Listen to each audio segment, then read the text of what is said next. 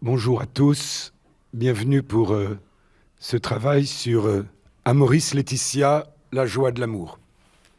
Évidemment, puisque plusieurs conférences du jeudi vont traiter de cette question, je ne vais pas tout vous en dire en 26 minutes. Et je vous conseille plus de lire Amoris Laetitia. Demeurez dans mon amour, je vous dis cela pour que ma joie soit en vous et que votre joie soit complète. C'est peut-être ça, cette phrase, qui nous dit l'attitude spirituelle avec laquelle nous devons regarder la famille. L'expérience d'amour vrai est toujours liée à la question de la joie. L'expérience de l'amour vrai est liée au Christ qui se donne. Il n'y a pas de plus grand amour que de se dessaisir de sa vie pour ses amis, et vous êtes mes amis. Je vous dis cela pour que ma joie soit en vous et que votre joie soit complète. Mais lorsqu'on fait l'expérience de cette joie de l'amour, il faut que cet amour aussi trouve sa réciprocité, que nous redonnions cet amour au Christ. Le premier regard sur la famille, c'est donc partir de cette expérience que lorsque l'amour prend corps en nous, il y a une vraie joie. Une joie que même l'épreuve, même les détresses, même les ruptures ne peut pas nous enlever. Jésus parlait de la joie, de l'amour, au moment même où il allait être arrêté et crucifié. Et donc, notre angle pour lire la question de la famille, pour réfléchir à la question de la famille, c'est justement de repartir à partir de cette joie pour comprendre ce que c'est que la famille vraiment. Joie de la rencontre de l'amour réciproque. C'est à partir de cette joie que nous pouvons comprendre ce que c'est que la famille. Alors continuons à essayer de poser un regard sur la famille à la manière dont le pape nous guide pour exercer notre discernement et trouver le chemin d'une joie encore plus grande dans les familles. Partons du regard de Jésus. Jésus posa son regard sur lui et l'aima. Sans cesse dans l'Évangile, vous voyez, vous avez le regard de Jésus qui se pose. Jésus regarde chacun avec cet amour. La question n'est pas d'abord d'avoir un regard qui se mettrait à juger les familles, à les juger en fonction de normes de conformité, mais de commencer par porter sur les familles non pas un regard de normes, mais un regard de la joie de l'amour, de la joie de cette rencontre avec l'amour de Dieu. Et ce regard, je vous le promets, il ne nuit pas à la doctrine, il en est la source. Parce que la source même de la doctrine, je vous le promets, c'est le Christ, et c'est le regard que le Christ pose sur nous. Alors, le pape nous invite à d'abord entrer dans ce regard pour comprendre la famille à partir de ce regard que Jésus porte sur nous, porte sur la famille, et de l'expérience de la joie qu'il y a lorsque l'amour rencontre le corps de l'homme. Et ce regard du Christ, il embrasse toutes les souffrances, toutes les misères humaines, toutes les pauvretés, toutes les joies, tout ce qui pourrait, parfois, dans notre immédiateté, être comprise comme contre la joie. Ce regard nous montre ce que Dieu veut réaliser. Et donc, vous voyez, si vous voulez aimer les familles, il faut poser ce regard de Jésus sur la famille, qui est un regard qui vient comme montrer, dévoiler ce que Jésus, ce que Dieu veut réaliser dans le couple et la famille. Parce que ce que Dieu veut réaliser dans le couple et la famille, c'est à partir justement de cette image de cette réalité d'un Dieu trinitaire. Si nous continuons à comprendre la famille et à essayer d'en saisir le chemin pour la joie des familles, il faut alors continuer à partir du regard de Jésus. Le regard de Jésus, c'est un regard qui n'exclut pas, qui ne rejette pas. La parole de Dieu, ce n'est pas une série de thèses, c'est une compagnonne de voyage. La parole de Dieu, elle ne va pas vous donner une série de thèses auxquelles il faut adhérer. C'est une compagnonne de voyage. Vous voyagez dans le chemin de votre famille.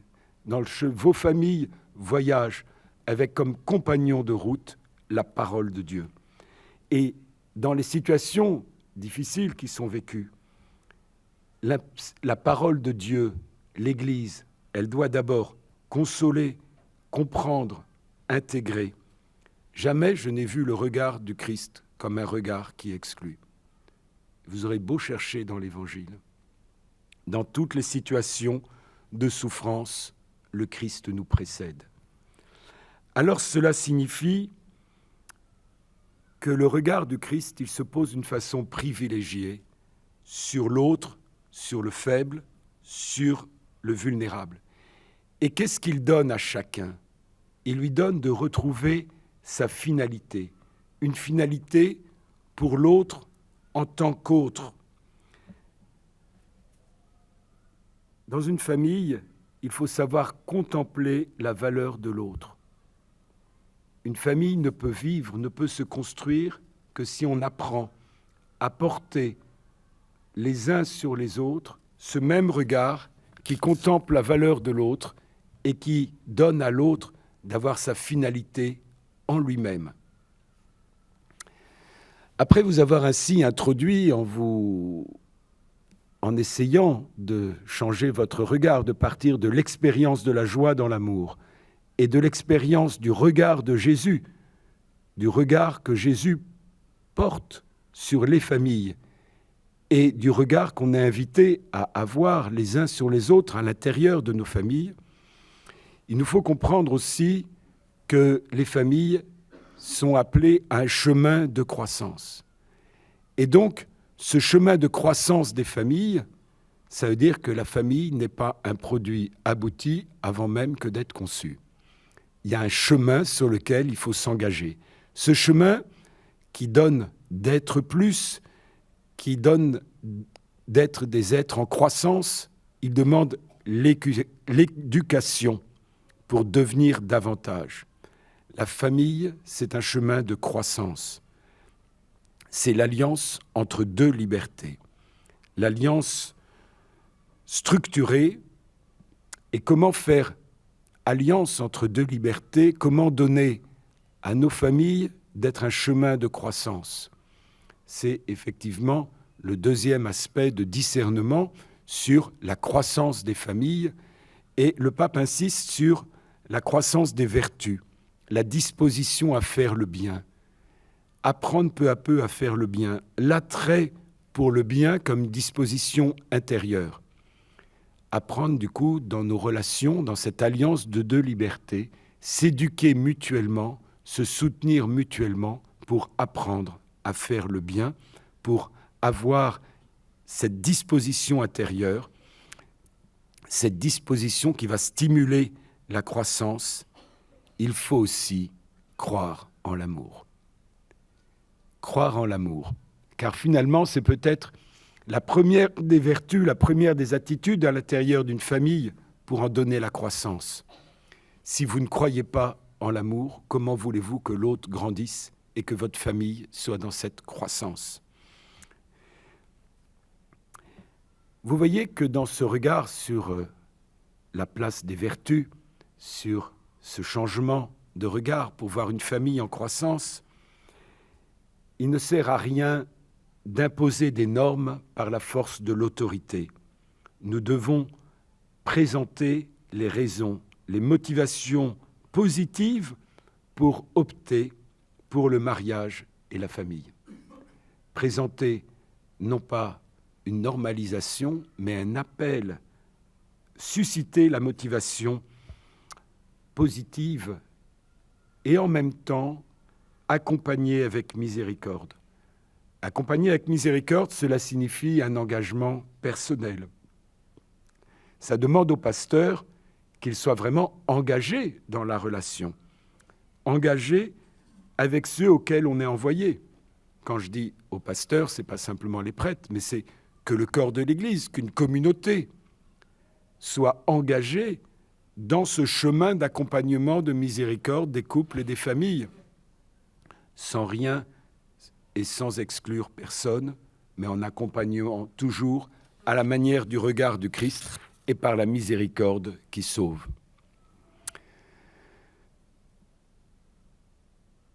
Alors ensuite, il nous faut percevoir comment situer le mariage entre idéal et réalité. Lorsque nous célébrons des mariages, parfois lors des préparations, on montre du mariage chrétien un immense idéal. On a sûrement raison. Un immense idéal sur le mariage comme icône de l'amour de Dieu pour nous, comme réalité visible d'un Dieu invisible, et on a sûrement raison. Cependant, il faut aussi mesurer que, à travers ce langage, nous faisons peser sur deux personnes, l'époux et l'épouse. Nous faisons peser sur deux personnes qui ont leurs limites, qui ont, comme chacun d'entre nous, leur tempérament, leur incapacité, leur capacité. Sont des hommes, quoi. Et donc, nous faisons peser sur eux la charge de reproduire de manière parfaite l'union qui existe entre le Christ et l'Église. Et alors, il y a parfois, parce qu'on a mis le mariage à un tel idéal dans notre parole, sans suffisamment témoigner de la miséricorde, il y a des ruptures parfois parce qu'il y a une attente trop élevée sur la vie conjugale par rapport à ce qu'elle est dans les situations humaines concrètes. Et donc, il ne s'agit pas de faire peser sur des personnes la charge de reproduire quelque chose de parfait, mais il s'agit de faire entrer par le mariage dans un processus dynamique qui nous permet peu à peu d'intégrer les dons de Dieu. Mais vous voyez, c'est très différent comme attitude dans la préparation au mariage et dans la manière dont on parle du sacrement du mariage.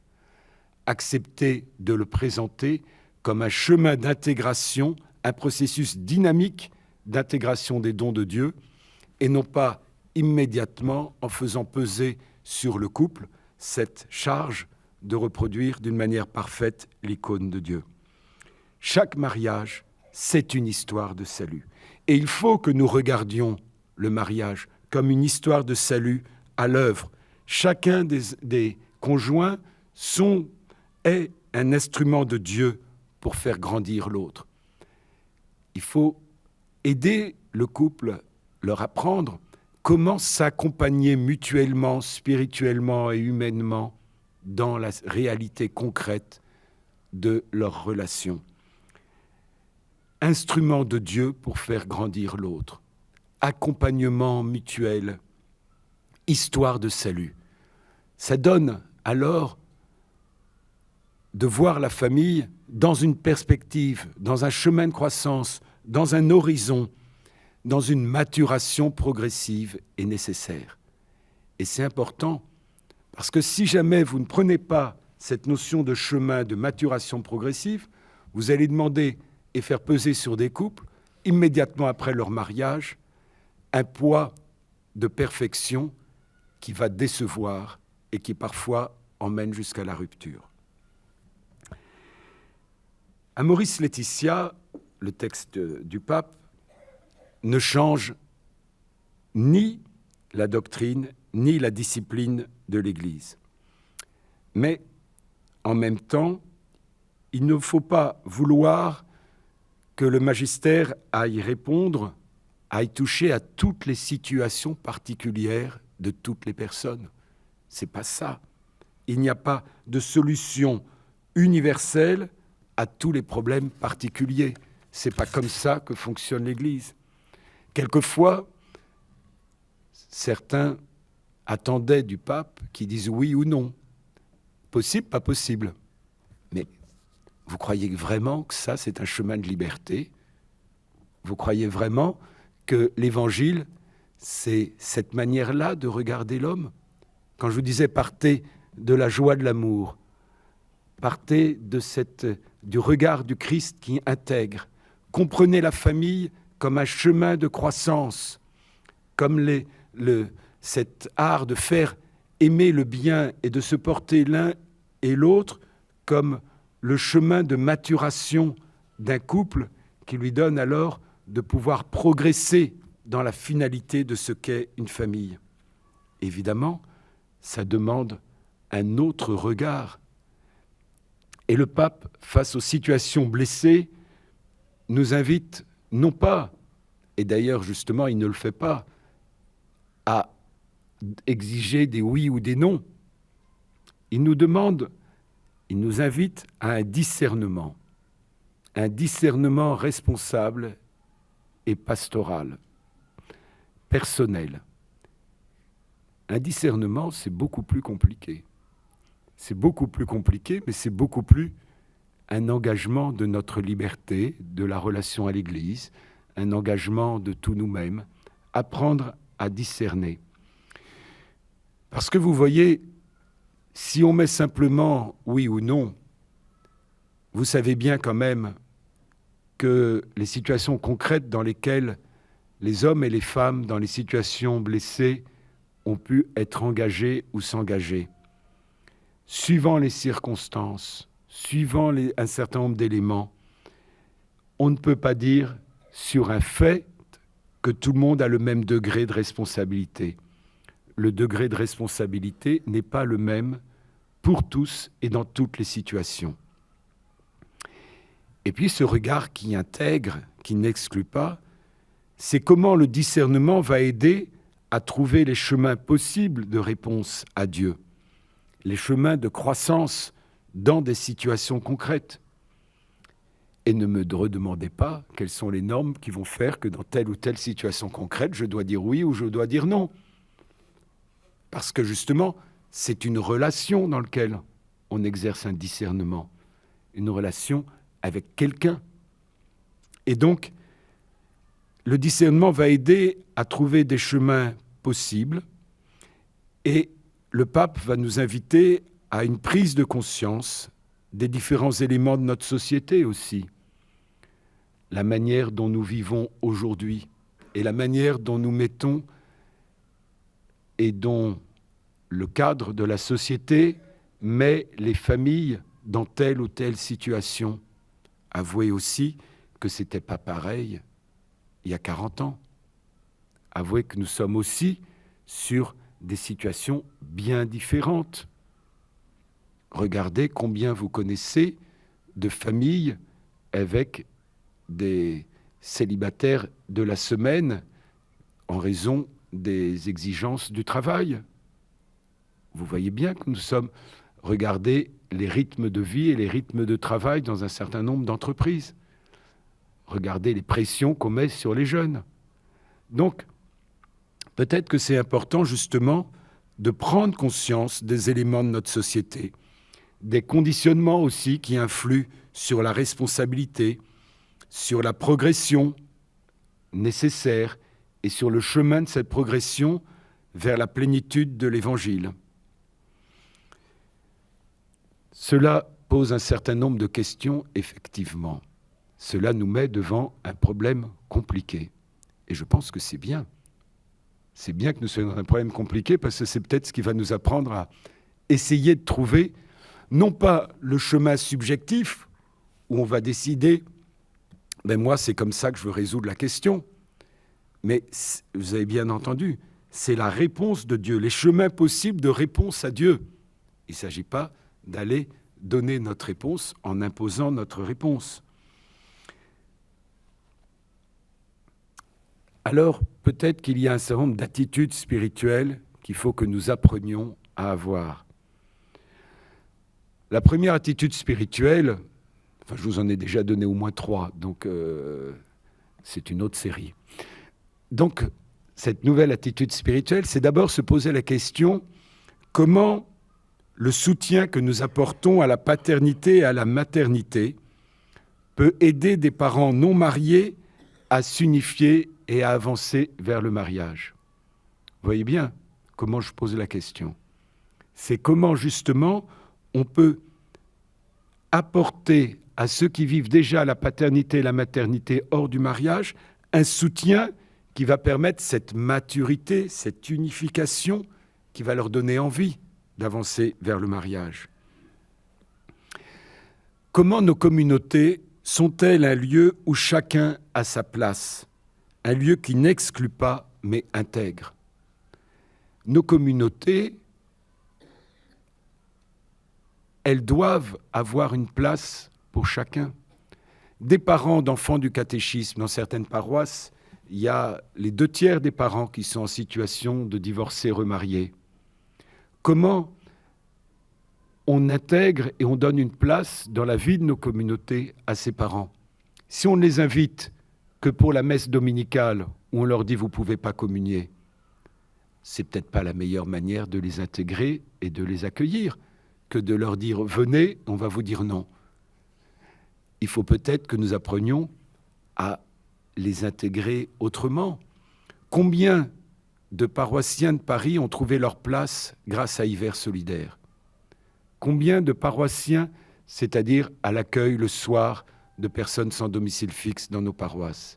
Combien de personnes qui se sentaient non accueillies dans nos communautés, dans les parents du catéchisme, ont trouvé dans la solidarité, dans l'entraide, le lieu même où ils se sont dit « cette communauté, j'y ai ma place ».